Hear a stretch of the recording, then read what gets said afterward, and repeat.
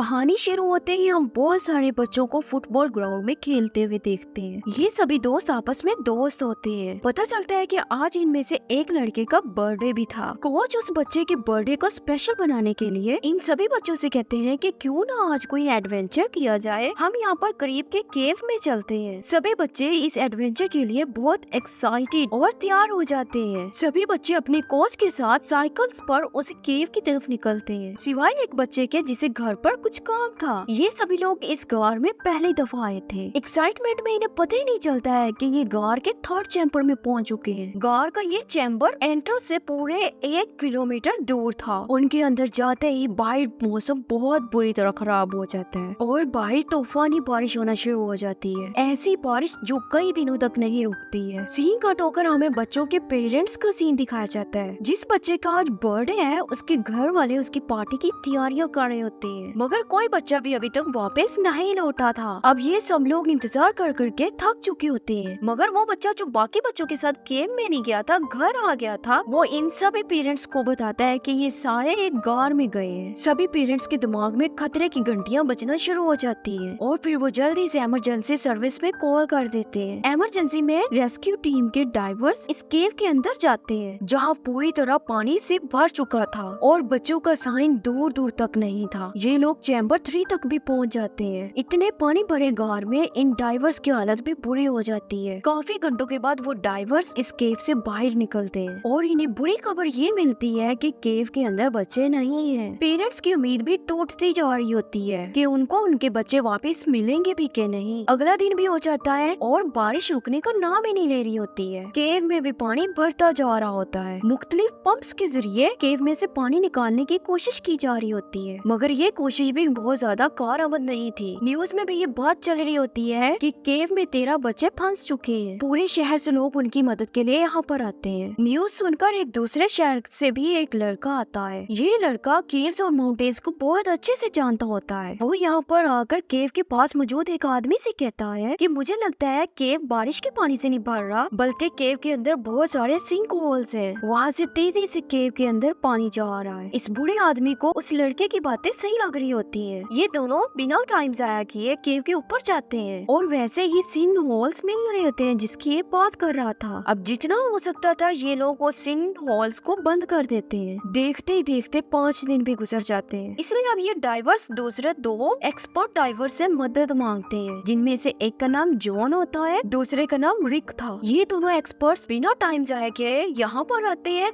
और अपना काम शुरू करते हैं। इनका मिशन बच्चों को रेस्क्यू करना था। अपना डाइविंग सूट पहनकर ये दोनों केव के अंदर जा चुके होते हैं। ये लोग 1600 मीटर केव की गहराई में चले जाते हैं, मगर वहाँ तक भी इन्हें बच्चों का कोई नामो निशान नहीं मिलता है। इसी टाइम में इन्हें यहाँ पर एक इंजीनियर मिलता है जो यहाँ पर पंप लगाने आया था। पानी का लेवल बहुत ज्यादा होने की वजह से उसे बार बार पैनिक अटैक्स हो रहे होते हैं। जॉन और रिक उसकी जान बचाते हैं। जॉन उसे अपना ऑक्सीजन मास्क देता है और रिक से कहता है इसे किसी भी तरह यहाँ से बाहर निकालो। इन्हें यहाँ से इस आदमी को निकालना भी बहुत बड़ा टास्क लग रहा होता है। खैर ये इस आदमी की जान बचा लेते हैं। अब जॉन और रिक दोनों यहाँ से बाहर निकलते हैं और इन्हें बुरी खबर सुनाते हैं कि 1600 मीटर दूर भी इन्हें बच्चों का कोई नामो निशान नहीं मिला है। ऐसा भी हो सकता है कि बच्चे इससे भी आगे निकल गए हो या हो सकता है मर गए हो, मगर बच्चों की लाशें भी वहाँ पर नहीं है। बच्चों को अंदर फंसे 7 दिन गुजर चुके होते हैं। अब ये सभी डाइवर्स फैसला करते हैं कि ये 1600 मीटर से भी आगे की तरफ जाएंगे, मगर इसके लिए बहुत जरूरी था कि बारिश रुक जाए। ऐसे में इनकी मुश्किल आसान करने के लिए वही आदमी एंट्री करता है जिसने केव के पहले सिन होल्स बंद किए थे।